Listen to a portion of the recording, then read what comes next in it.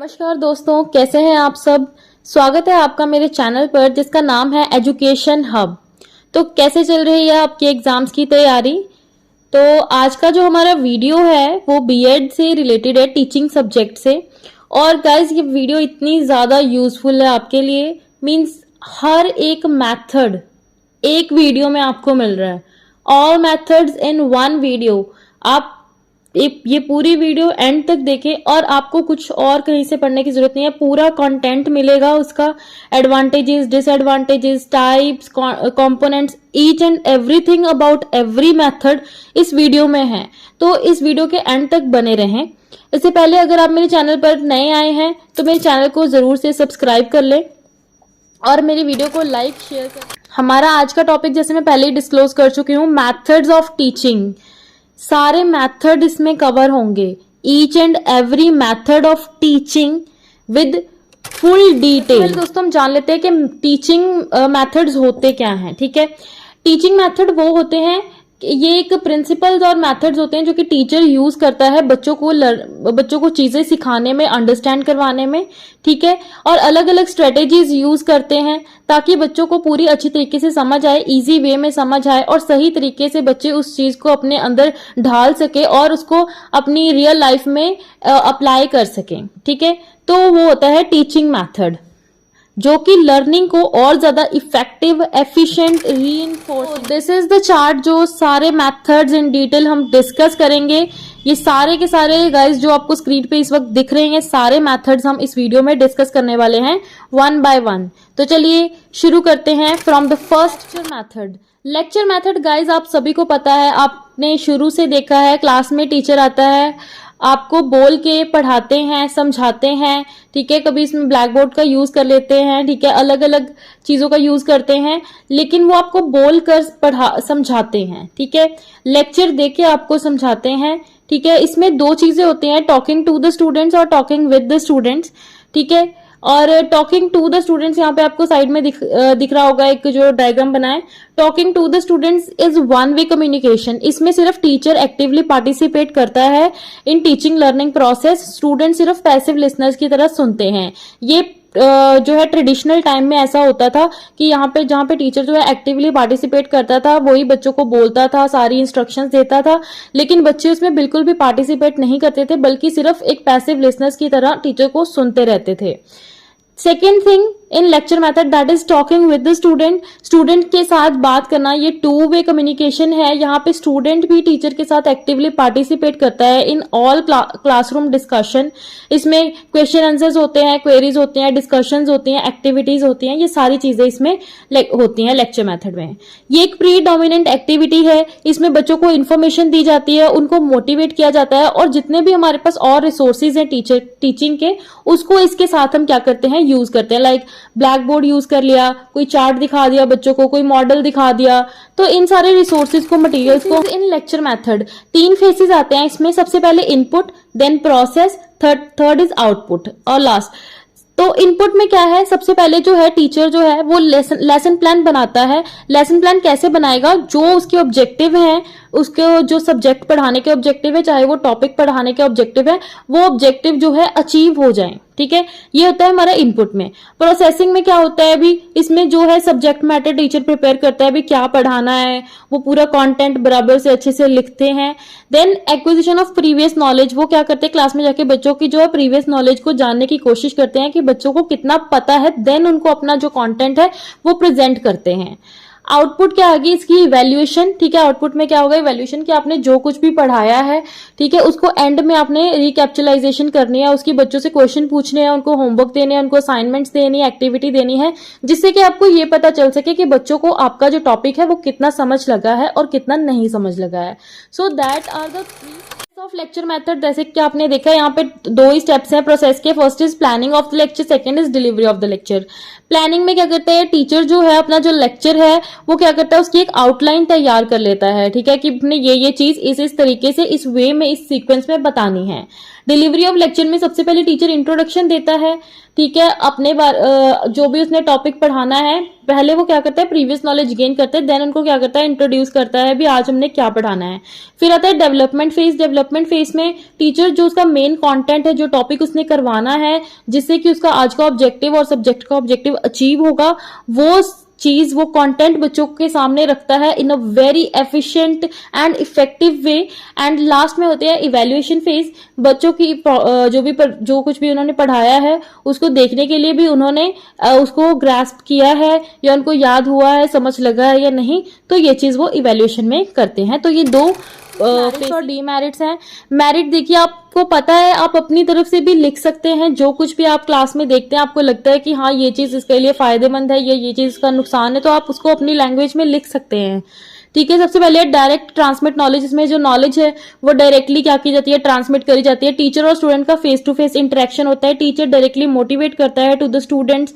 Flexible होता है, आप अपने हिसाब से उसमें आराम से चेंजेस कर सकते हो, बिल्कुल भी रिजिड नहीं है ये। टाइम सेविंग होता है, बहुत ज्यादा टाइम बचाता है। इकोनॉमिकल है, ठीक है, ज्यादा इसमें खर्च वगैरह नहीं होता, एफर्ट्स इतने नहीं लगते। उसके बाद है इसमें बहुत ज्यादा अमाउंट में हम इंफॉर्मेशन प्रेजेंट कर सकते हैं और अदर मटेरियल्स के साथ हम इसको यूज कर सकते हैं। टीचर्स के लिए बहुत ही ज्यादा कन्वीनियंट मेथड ये माना जाता है और लार्ज नंबर ऑफ स्टूडेंट को केटर करते हैं। चाहे आप जैसे सेमिनार्स में भी क्या करते हैं, लेक्चर ही देते हैं, अब कई बार वहां पे 100 लोग भी 100 बच्चे भी बैठे होते हो, उनको भी क्या करते हैं, ये केटर करते हैं। Next writing and notes taking skill, बच्चों को लिखने की और नोट्स लेने की जो है स्किल्स उनकी क्या होती है, एनहांस होती हैं। इसकी डीमेरिट्स क्या है कि maximum senses are not involved. इसमें जो बच्चों के मैक्सिमम सेंसेस हैं वो बिल्कुल भी इन्वॉल्व नहीं होती है। कई बार बच्चे देख तो रहे होते हैं बट वो समझ नहीं रहे होते। Next dull and boring method है, बहुत ज्यादा टेम्परेरी लर्निंग होती है कि कुछ टाइम के बाद बच्चे वो चीज भूल जाते हैं जो उन्होंने सुनी है वहां पे। इंडिविजुअल डिफरेंसेस को ये बिल्कुल ही इग्नोर करता है, क्योंकि अब जितने भी बच्चे क्लास में बैठे हैं हो सकता है उसमें कोई गिफ्टेड स्टूडेंट है, कोई स्लो लर्नर है, तो उस चीज को ये बिल्कुल भी ध्यान नहीं देता। टीचर डोमिनेंट मेथड है, टीचर अपने हिसाब से अपनी कन्वीनियंट के अकॉर्डिंग ये बच्चों को पढ़ाते हैं जो चीज उनको करवानी है। जूनियर क्लासेस के लिए बिल्कुल भी सूटेबल नहीं है, इसमें एडुकेट फीडबैक नहीं मिल पाता, ठीक है। ऑडिटरी लर्नर्स के लिए ही सिर्फ ये अच्छा है और बाकी लर्नर्स के लिए ये इतना अच्छा सूटेबल नहीं है। इसके लिए सजेशंस दिए हैं कि इसको हम किस तरीके से इम्प्रूव कर सकते हैं। सबसे पहले जो भी हमारा लेक्चर मेथड है वो ऑब्जेक्टिव सेंटर्ड होना चाहिए, ऑब्जेक्टिव के अकॉर्डिंग ही सारा लेक्चर प्रिपेयर होना चाहिए। उसमें बच्चों को एग्जाम्पल्स देनी है ज्यादा से ज्यादा, ताकि बच्चे जो है उसको अच्छी तरीके से समझ पाएं, अपनी रियल लाइफ के साथ कोरिलेट कर पाएं। रेपिटेशन करनी है ताकि वो चीज बच्चों के दिमाग में बैठ जाए। रिकैप्चुलेशन टाइम टू टाइम करना है ताकि बच्चों का ध्यान इधर उधर डाइवर्ट ना हो। टीचिंग एड्स को आप यूज कर सकते हो, जितने भी टीचिंग एड्स हैं अलग अलग, जो भी आपको सब्जेक्ट के अकॉर्डिंग, टॉपिक के अकॉर्डिंग लगता है कि सही है, वो टीचिंग एड आपको एप्रोप्रिएट टीचिंग एड यूज करना है। बच्चों को मोटिवेट करते रहना है, बीच बीच में नोट्स प्रोवाइड करने हैं, पीरियोडिक पॉज लेना है। एक ऐसा नहीं है कि आप एकदम से बस आए बोले और चले गए, पॉज लेना बहुत जरूरी है, बच्चों का फीडबैक लेना बहुत जरूरी है। यहाँ पे आपको ब्लैक बोर्ड को यूज करना है ताकि बच्चों की जो इंटरेक्शन है वो और ज्यादा बढ़ सके। और हमारा डिस्कशन मेथड, अब डिस्कशन मतलब कि डिस्कस करके जो भी हम बात डिस्कस करते हैं that is called discussion. Discussion method of teaching क्या है, ये एक प्रोसेस है जिसमें एक छोटे से ग्रुप को असेंबल किया जाता है ताकि वो एक दूसरे के साथ कम्युनिकेट करे by using speaking, listening and non verbal, ठीक है, प्रोसेस। बात करके, सुन के, नॉन वर्बल एक्टिविटीज करके जो है वो कम्युनिकेट करें ताकि जो इंस्ट्रक्शनल ऑब्जेक्टिव हैं वो क्या हो जाए, अचीव हो जाएं। इस ग्रुप डिस्कशन में जो है 6 से 10 बच्चे एक ग्रुप में इन्वॉल्व होते हैं और जो एक बच्चे की लर्निंग है वो दूसरे बच्चे की बिहेवियर से बहुत ज्यादा क्या होती है, अफेक्ट होती है। इसके कुछ कंपोनेंट्स हैं। लीडर होता है जो कि टीचर होता है, जो भी ग्रुप होता है उसका लीडर टीचर होता है जो बच्चों को लीड करता है। ग्रुप जो होता है जिसमें कि 6 से 10 बच्चे होते हैं। प्रॉब्लम जिसके ऊपर डिस्कशन होनी है। कंटेंट, उससे रेलेवेंट डाटा, प्रॉब्लम से रेलेवेंट डाटा उसमें कलेक्ट किया जाता है, एनालाइज किया जाता है। देन लास्ट में उसको क्या किया जाता है, इवैल्यूएट किया। कुछ मेरिट्स और डीमेरिट्स है। मेरिट्स ये है कि भाई इसमें जो टाइम है वो प्रॉपरली यूटिलाइज हो जाता है, बच्चों की ज्यादा से ज्यादा सेंसेस इसमें क्या होती हैं, इन्वॉल्व होती हैं, ठीक है। उसके बाद है बच्चे जो है अपने आइडियाज को, अपने व्यूज को एक्सप्रेस कर सकते हैं विदाउट एनी हेजिटेशन। बच्चों की जो स्किल्स हैं वो डेवलप होती हैं, आपस में उनके जो भी ओपिनियंस हैं वो एक्सचेंज कर पाते हैं। बहुत ही ज्यादा फ्लेक्सिबल मेथड होता है, बिल्कुल भी रिजिडिटी नहीं है भाई इतने टाइम में बोलना है, यही बोलना है या यही बच्चा बोलेगा, बिल्कुल फ्लेक्सिबल है। मोटिवेशन देता है बच्चों को। बच्चे क्या है एक दूसरे को देखकर भी बोलना शुरू कर देते हैं, भी उनको कॉन्फिडेंस आ जाता है, और साथ ही साथ टीचर को भी फीडबैक मिलता रहता है भी बच्चों को कितना समय लगा है या कितना नहीं। नेक्स्ट डीमेरिट इसकी क्या है कि इसमें जो है कन्फ्लिक्ट बहुत ज्यादा होता है, बच्चों में का चांसेस होती हैं कन्फ्लिक्ट के। इसके लिए बहुत ज्यादा हाई स्किल्स चाहिए होती है जो कि सबके पास नहीं होती है। बच्चे कई बार इसमें इंटरेस्टेड भी नहीं होते हैं। बहुत ही ज्यादा टाइम कंज्यूमिंग मेथड है, और इसके लिए जो ग्रुप डिस्कशन करवानी है इसके लिए कॉम्पिटेंट टीचर्स चाहिए जो कि बहुत ही कम है। नेक्स्ट जो है difficult to cover whole syllabus with this method. और प्रोजेक्ट मेथड जो है जॉन ड्यूई ने दिया है। ये मेथड जो है इसमें ये एक प्रिंसिपल के ऊपर बेस्ड है, जो प्रिंसिपल है हमारा लर्निंग बाय डूइंग, ठीक है, कि करके कोई काम करके समझना, एक्सपीरियंस, लर्निंग थ्रू एक्सपीरियंस, ठीक है। तो इसमें जो है टीचर का रोल होता है सिर्फ गाइड करना या हेल्प करना स्टूडेंट्स की अलग अलग प्रोजेक्ट्स में। अब प्रोजेक्ट देने हैं बच्चों को, project method is full of projects. अब वो प्रोजेक्ट्स कोई भी हो सकते हैं, मैप्स हो सकते हैं, मॉडल्स हो सकते हैं, स्क्रैप बुक्स हो सकती हैं। तो टीचर क्या करता है बच्चों को सिर्फ गाइड करेगा या हेल्प करेगा वो मैप्स, मॉडल्स और स्क्रैप बुक बनाने में। तो ये क्या होती है, एक एक्टिविटी होती है जिसमें कि मैप्स ड्रॉ किए जाते हैं, मॉडल्स बनाए जाते हैं अलग अलग टॉपिक्स पे, एग्जीबिशंस अरेंज की जाती हैं, न्यूज़पेपर प्रिपेयर किया जाता है, डिबेट ऑर्गेनाइज करवाई जाती हैं, स्क्रैप बुक्स बनाई जाती हैं, ठीक है, जिसमें कि स्टूडेंट की हेल्प कौन करता है, टीचर करता है। और बच्चे जो हैं इस जो भी सब्जेक्ट है पर्टिकुलर उनको अच्छी तरीके से प्रैक्टिकल मैनर में समझ पाते हैं। इसकी दो टाइप्स होती हैं, इंडिविजुअल और ग्रुप प्रोजेक्ट, ठीक है। इंडिविजुअल प्रोजेक्ट जो इंडिविजुअली बच्चों को दे दिया गया है, हर बच्चे को अलग अलग प्रोजेक्ट दिया है या सेम टॉपिक पे भी दिया है, तो बच्चों को अलग अलग बोला है कि भाई अपना अपना प्रोजेक्ट बनाकर लाना है, दैट इज कॉल्ड इंडिविजुअल। और ग्रुप प्रोजेक्ट में ग्रुप बना दिया बच्चों का, 2 बच्चों का, 4 बच्चों का, 10 बच्चों का ग्रुप बना दिया, एक प्रोजेक्ट उन्होंने। इसकी कैरेक्टरिस्टिक्स कौन सी होती हैं भी, एक तो पहली बात है होल हार्टेड एक्टिविटी होती है ये, क्योंकि बच्चे हाथ से काम कर रहे हैं, ठीक है, हाथ से काम कर रहे हैं तो वो अपना पूरा ध्यान, तन मन धन कह लो लगा के जो है वो काम करते हैं इसमें, ठीक है। और ये बहुत ही ज्यादा यूजफुल होती है, चाहे वो क्लास के अंदर कर रहे हैं या क्लास के बाहर कोई भी एक्टिविटी या प्रोजेक्ट है करने के लिए बहुत ही पर्पसफुल एक्टिविटी होती है। बच्चे आपस में कोऑपरेट करना सीखते हैं, बच्चों की लॉजिकल पावर, थिंकिंग पावर क्या होती है, डेवलप होती है, ठीक है। और बच्चों को एक्सपीरियंस मिलता है कोई भी चीज काम करने का, कैसे उसको ऑर्गेनाइज करना है, मैनेज करना है। और ये मेथड पूरी तरीके से चाइल्ड बेस्ड होता है, चाइल्ड सेंटर्ड होता है, बच्चों को ध्यान में रख के ही ये मेथड जो है यूज किया जाता है अकॉर्डिंग टू देयर लेवल, ठीक है। लॉ लेवल के अकॉर्डिंग ही उनको प्रोजेक्ट देने हैं। ऐसा नहीं है कि 3rd क्लास के बच्चों को 10th क्लास का प्रोजेक्ट दे दिया या हाई लेवल का प्रोजेक्ट दे दिया, ऐसा कुछ नहीं करना है। नेक्स्ट इज साइकोलॉजिकल, बिल्कुल साइकोलॉजिकल होता है ये, ठीक है। उसके बाद है प्रिंसिपल्स ऑफ पर्पस। इसमें जो है एक पर्टिकुलर पर्पस को अचीव करने के लिए या फुलफिल करने के लिए जो है प्रोजेक्ट दिया जाता है। एक्टिविटी होती है ये, ठीक है, बच्चों को जो है एक एक्टिविटी दी जाती है प्रोजेक्ट बनाने की किसी भी पर्टिकुलर टॉपिक के ऊपर। प्रिंसिपल ऑफ फ्रीडम, यहाँ पे बच्चों को ये प्रिंसिपल ये कहता है कि बच्चों को पूरी तरीके से फ्रीडम दे दी जाती है कि वो अपने तरीके से अपनी पूरी फ्रीली वो क्या कर सकते हैं, बना सकते हैं प्रोजेक्ट विदाउट एनी डिस्टर्बेंस और इंटरफेरेंस। उसके बाद है ये इस प्रिंसिपल ऑफ सोशल डेवलपमेंट, बच्चों की जो है इससे सोशल डेवलपमेंट होती है, क्योंकि जब बच्चे ग्रुप में प्रोजेक्ट बनाते हैं तो वो आपस में कोऑर्डिनेट करते हैं, बातचीत करते हैं, जिससे कि उनकी जो है सोशल डेवलपमेंट होती है बच्चों की। प्रिंसिपल ऑफ रियलिटी, बच्चे वो चीज खुद देखते हैं, करते हैं, उसमें आने वाली प्रॉब्लम्स को खुद फेस करते हैं, तो वो रियलिटी के बहुत ही ज्यादा नजदीक होता है, क्लोज होता है। यूटिलिटी होती है, बच्चे अपने टाइम को अच्छी तरीके से यूटिलाइज कर पाते हैं, इंस्टेड ऑफ डूइंग शरारत वो क्या करते हैं, अपना काम करते हैं, अपने प्रोजेक्ट्स बनाते हैं। एंड प्रिंसिपल ऑफ एक्सपेरिमेंट, बच्चे क्या करते हैं इसमें एक्सपीरियंस करते हैं अलग अलग एक्सपेरिमेंट्स। प्रोजेक्ट मेथड के स्टेप्स कौन कौन से हैं? सबसे पहले तो है सिचुएशन को क्रिएट करना, क्रिएटिंग अ सिचुएशन।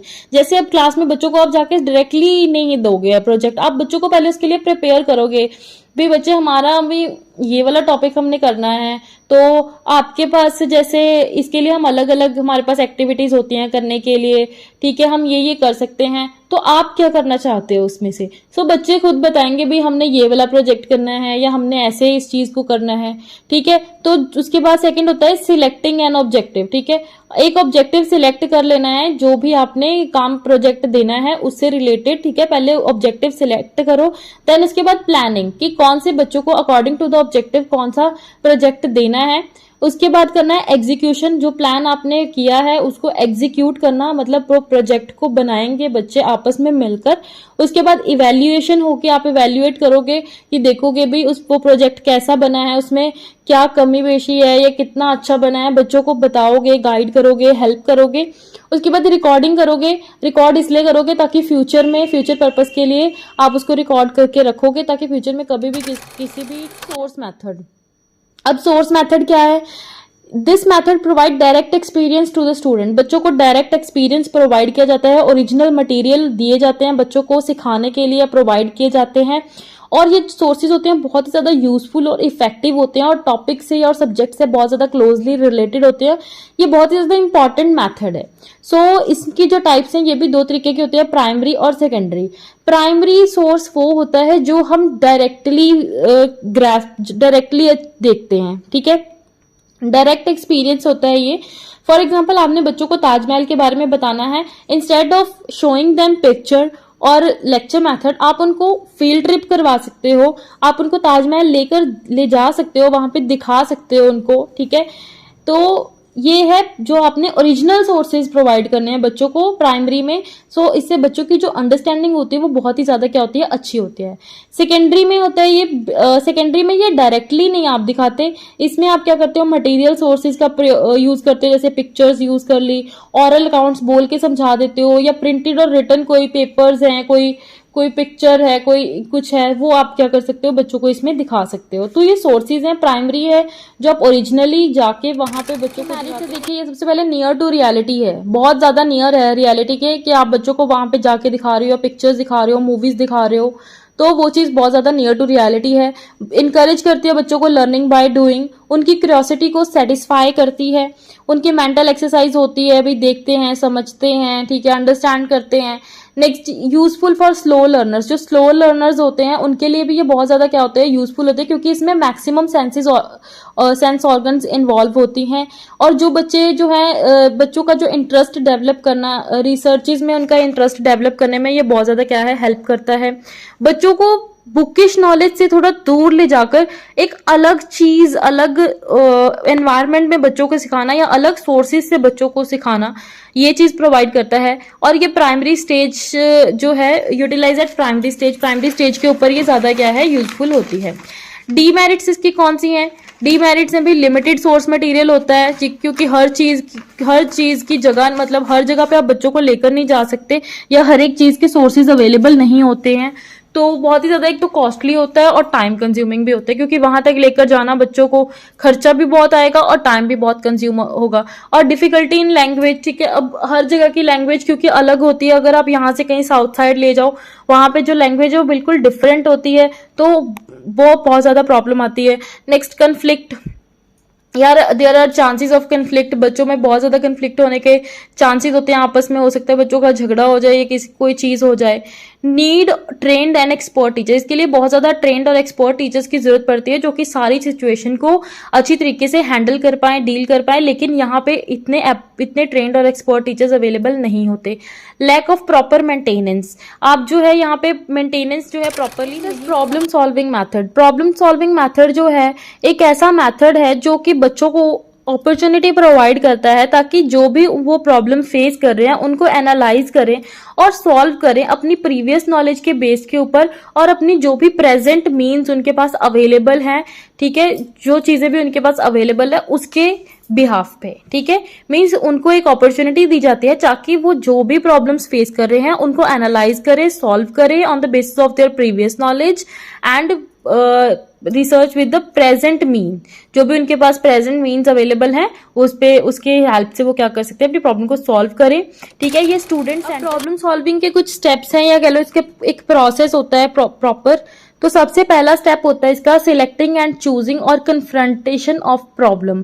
सबसे पहले आपने, अब there are too many problems, ठीक है, अब आपको चूज करना है बच्चों के लेवल के अकॉर्डिंग, उनका मेंटल लेवल या कितना वो कर सकते हैं, ठीक है, उनके प्रीवियस नॉलेज को जान के फिर आप क्या करोगे, एक प्रॉब्लम को चूज करोगे या सिलेक्ट करोगे जितने भी आपके पास प्रॉब्लम अवेलेबल है।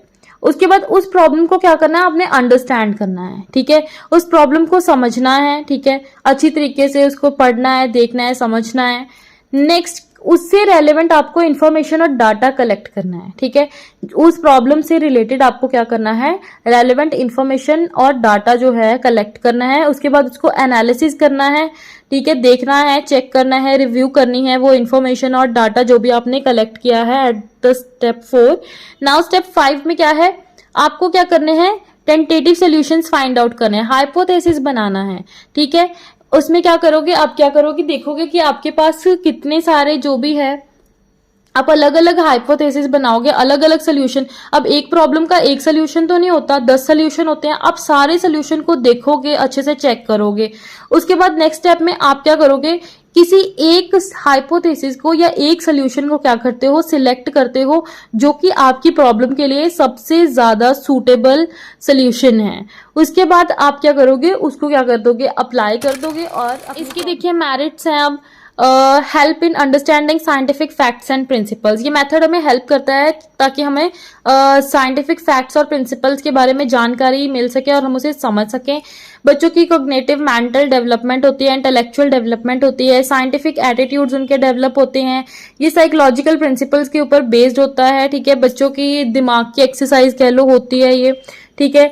तो और टीचिंग लर्निंग की जो प्रॉब्लम्स होती हैं उनको सॉल्व करता है, चाइल्ड सेंटर्ड होता है, प्रॉब्लम ओरिएंटेड होता है, सेल्फ डिपेंडेंट होता है, बच्चे अपने आप इस प्रॉब्लम को सॉल्व करते हैं। बच्चे इसमें इंटरनली मोटिवेट होते हैं।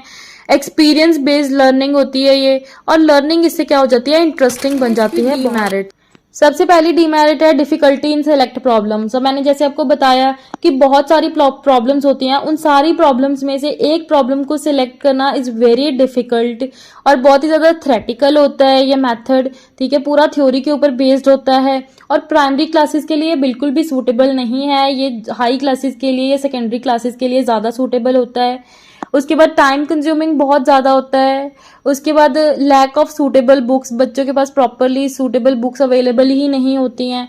टैलेंटेड स्टाफ नहीं होता इतना जो बच्चों को इसमें प्रॉपरली गाइड कर पाए, ठीक है, हर स्टेप पे। उसके बाद अगेन पूरा सिलेबस इस मेथड के साथ कंप्लीट करना इज नॉट पॉसिबल। हमारा case study method, case study method क्या है, ये एक ऐसी स्टडी है जो कि सिस्टमैटिक है, कंप्लीट है और इंटेंसिव है। ये किसी स्टूडेंट की स्टडी होती है, उसका फैमिली बैकग्राउंड, उसकी फिजिकल, सोशल, इमोशनल और इंटेलेक्चुअल एनवायरनमेंट की स्टडी होती है, ठीक है। It is a systematic, complete and intensive study of the student, his family background and his physical, social, emotional and intellectual environment, ठीक है, कि वो कौन से एनवायरनमेंट में रह रहा है, उसका इमोशनल स्टेटस क्या है, इमोशनली स्ट्रांग है नहीं है, फिजिकली कितना फिट है, वो कितना हेल्दी है, उसका पूरा फैमिली बैकग्राउंड। मतलब एक स्टूडेंट की पूरी स्टडी करना in a systematic, complete and intensive way. तो नेक्स्ट जो कह सकते हैं जो केस स्टडी होता है वो क्या है, इंटरप्रिटेशन ऑफ इंफॉर्मेशन, ठीक है। स्टूडेंट्स की जो किसी भी पर्सन के बारे में एक इंटरप्रिटेशन होती है, ठीक है, उस पर्सन की इंफॉर्मेशन उसमें सारी होती है, उसका रिलेशन क्या है बाहर वाले इन्वायरमेंट या कोई भी इन्वायरमेंट है उसके साथ, इन्वायरमेंट के साथ क्या रिलेशन है, और ये सारी इंफॉर्मेशन जो होती है ये हम कलेक्ट करते हैं by using the various techniques. जैसे कि इसके एग्जाम्पल हो सकते हैं success stories of Tatas and Birlas. अब इसके कैरेक्टरिस्टिक्स क्या होते हैं, गुड एक अच्छी केस स्टडी जो होती है उसके क्या कैरेक्टरिस्टिक्स होते हैं। पहली बात तो जो अपने आप में वो कंप्लीट होती है, ठीक है, कंप्लीटनेस उसका फीचर है कि जो भी केस स्टडी अच्छी होगी वो अपने आप में एक कंप्लीट स्टडी होती है। उसके बाद दूसरा है बिल्कुल कॉन्फिडेंशियल होता है, ठीक है, ऐसा नहीं है कि किसी को भी बता देना है, ओनली ऑथराइज्ड पर्सन को ही बताया जाता है। तो जो केस स्टडी होती है पूरी तरह से कॉन्फिडेंशियल होता है, कंटिन्यूटी होती है, ठीक है, साइंटिफिक होता है ये बिल्कुल, ठीक है। उसके बाद इसकी ये क्या होती है, इसकी वैलिडिटी होती है, ठीक है, कि ये जो भी डाटा ऑफ केस स्टडी। अब केस स्टडी में कौन कौन सा डाटा है जिसको हम क्या करते हैं, स्टडी करते हैं। सबसे 3 पार्ट्स में डिवाइड है, identifying data, family history and personal history. Identifying data में हम क्या डाटा कलेक्ट करते हैं, बच्चे का नाम, क्लास, उसका section, roll number, date of birth, year of birth, उसका एड्रेस, फादर और गार्डियन नेम, ठीक है, जो भी है, ठीक है, उनका नाम वगैरह। ये सारी जो इन्फॉर्मेशन है वो किस में आती है, आइडेंटिफाइंग डाटा में, जिससे एक पर्सन की पहचान पता लगती है, ठीक है। आइडेंटिटी मतलब पहचान, मतलब उसकी पहचान के लिए जो भी डाटा है वो आता है इसमें। नेक्स्ट आता है हमारा फैमिली हिस्ट्री। अब उसके फैमिली हिस्ट्री के बारे में कि उसके पेरेंट्स की एजुकेशन क्या है, भाई कितना पढ़े लिखे है भी या नहीं है, उनकी ऑक्यूपेशन क्या है, उनकी एनुअल इनकम कितनी है, उनका सोशल स्टेटस कैसा है, उनकी हैबिट्स कैसी हैं, ये सारी चीजें आ जाती हैं फैमिली हिस्ट्री में।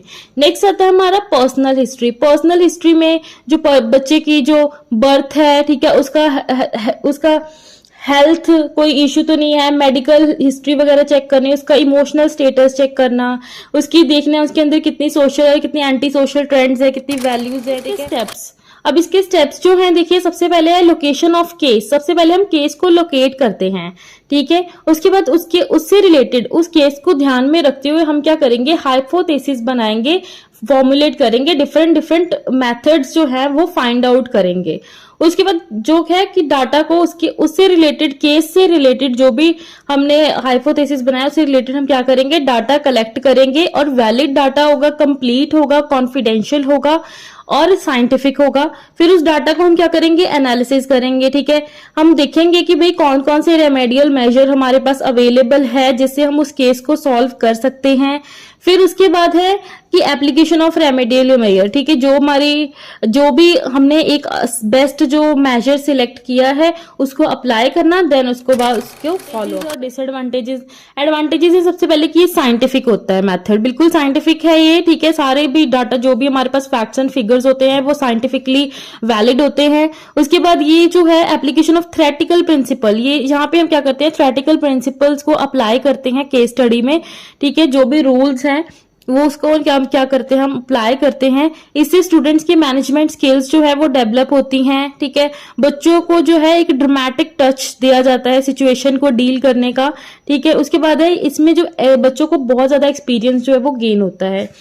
नेक्स्ट आते हैं डिसएडवांटेजेस। सबसे पहले तो ये है कि कोई पूरा सिलेबस इस मेथड के साथ कवर करवाना बहुत ही ज्यादा मुश्किल होता है, और टीचर के ऊपर भी बहुत ज्यादा क्या होता है, बर्डन हो जाता है, ठीक है, कि इतनी केस स्टडी करवानी, टीचर को पहले खुद स्टडी करनी होती है, फिर उसके बाद वो आपको केस स्टडी करवाएंगे, तो ये भी उनके ऊपर काफी हैवी डिमांड हो जाती है।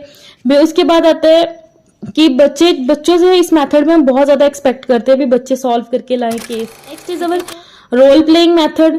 रोल प्लेइंग मेथड मतलब रोल प्ले करना, ठीक है। आप क्लास में बच्चों को कोई चीज करवा रहे हो, आपने क्या करना है, बच्चों को खड़े कर देना है, अलग अलग उनको रोल दे देने हैं, भी आपने ये रोल प्ले करना है, आपने ये रोल प्ले करना है, आपने ये रोल प्ले करना है, और बच्चे वैसे ही एक्ट करेंगे, ठीक है, फ्रीली। देखिए रोल प्लेइंग मेथड क्या है, इसमें रोल परफॉर्म करते हैं और क्या करते हैं, किसी के बिहेवियर को कॉपी करते हैं, ठीक है। इसमें जो भी रोल्स बच्चों को दिए जाते हैं, ठीक है, ये क्लासरूम में भी हो सकते हैं या फिर आउटसाइड द क्लासरूम भी ये मेथड हम यूज कर सकते हैं बच्चों के लिए। इसका मेन मोटिव होता है express the feeling and experience about certain real situation, की रियल सिचुएशन में किस तरीके से फीलिंग होती है या कैसा उसका एक्सपीरियंस होता है, रियल लाइफ एक्सपीरियंस कैसा होता है, उसको एक नेचुरल वे में या नेचुरल मैनर में समझाना बच्चों को। अब एग्जांपल्स क्या है, आप बैंक के फंक्शंस बच्चों को करवा सकते हो इस मेथड से, ठीक है। क्लास में ही आपने बच्चों को कह दिया भाई चलो आपने मैनेजर बनना है, आप जो है डाटा एंट्री करोगे, आप जो है रिसेप्शन पे रहोगे, ठीक है। सभी के एक को कैशियर बना दिया, एक कस्टमर बन गए। इस तरीके से आप बच्चों को उनको बताओगे भी ऐसे ऐसे काम करना है, तो उनको क्या है बैंक के फंक्शंस जो है इजीली पता चल जाएंगे, ठीक है। तो इसके थ्रू आप बच्चों को बुक स्टोर के बारे में भी पढ़ा सकते हो, कंपनी के बारे में भी पढ़ा सकते हो। इसके स्टाइल आ जाते हैं, रोल प्लेइंग के स्टाइल 3 तरह की होती है रोल प्लेइंग। एक तो होता है ड्रामेटिक, दूसरा होता है एक्सटेम्पोर, तीसरा होता है सरप्राइज। जो ड्रामेटिक होता है उसमें एक ये बिल्कुल ड्रामा की तरह होता है, इसमें बच्चों को जो रोल दिए जाते हैं, जो रोल असाइन किए जाते हैं, बच्चों को वो रोल वैसे ही डायलॉग्स वगैरह याद करके उनको प्ले करना पड़ता है। एक्सटेम्पोर में क्या होता है, स्टूडेंट फ्रीली एक्ट करते हैं इन द क्लासरूम, उनको विदाउट एनी प्रैक्टिस उनको बोला भी आप फ्रीली एक्ट करो, आपके ऊपर कोई रिस्ट्रिक्शन नहीं है, जैसे मर्जी आपने डील करना है, ठीक है, जैसे मर्जी आपने रोल प्ले करना है। उसके बाद है सरप्राइज, ठीक है। इसमें बच्चों को जो है ऑल ऑफ द सडन उनको कोई सर्टेन रोल प्ले करने के लिए बोल दिया जाता है। आ जाती है इसकी मेरिट्स और डीमेरिट्स। पहली बात तो ये मेथड जो बहुत ही ज्यादा क्या है, यूजफुल है, रियल लाइफ सिचुएशन को एक्सप्लोर करने में हेल्प करता है। उसके बाद जो है इनर फीलिंग्स बच्चों की डेवलप होती है, उनके अंदर कोऑपरेशन होती है, ऑल राउंड डेवलपमेंट होती है, ह्यूमन रिलेशन के डेवलप होते हैं, अच्छे एटीट्यूड्स, गुड एटीट्यूड्स वो करते हैं अपने आप में, ठीक है।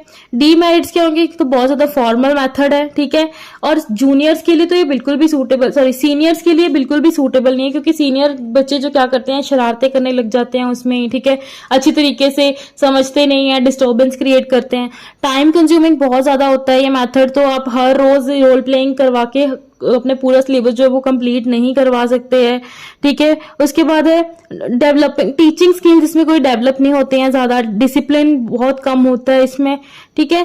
तो ये सारी चीजें जो होती हैं, real experience can not be achieve, कि इसमें हम, क्योंकि सारे बच्चे एक्ट कर रहे हैं, एक्ट मीन्स जो चीज हो रही है वो रियलिटी नहीं है, they just act like that. So ये जो है इसमें हम जो कह सकते हैं रियल एक्सपीरियंस पूरी तरीके से जो है हमारा सारे मेथड्स जो हैं कंप्लीट हो चुके हैं। लेकिन अगर मेरे से फिर भी कोई मेथड रह गया है, आप कमेंट बॉक्स में मुझसे पूछ सकते हो, बोल सकते हो, मैं उसके ऊपर अपनी नेक्स्ट वीडियो क्रिएट कर दूंगी, ठीक है। अगर आपको मेरी वीडियो अच्छी लगी है तो उसको जरूर से लाइक और शेयर करना बिल्कुल मत भूलिए, और मेरे चैनल को जरूर सब्सक्राइब करिए और साथ में बेल आइकन को प्रेस कीजिए, ताकि मेरे आने वाली वीडियोस की नोटिफिकेशन आपको सबसे पहले मिल सके। तो आई होप आपको मेरी सारी वीडियो पूरी अच्छी लगी होगी, समझ में आ गया होगा। लेकिन अगर आपको फिर भी नहीं कोई डाउट लग रहा है तो आप कमेंट बॉक्स में मेरे से पूछ सकते हैं। And thank you so much.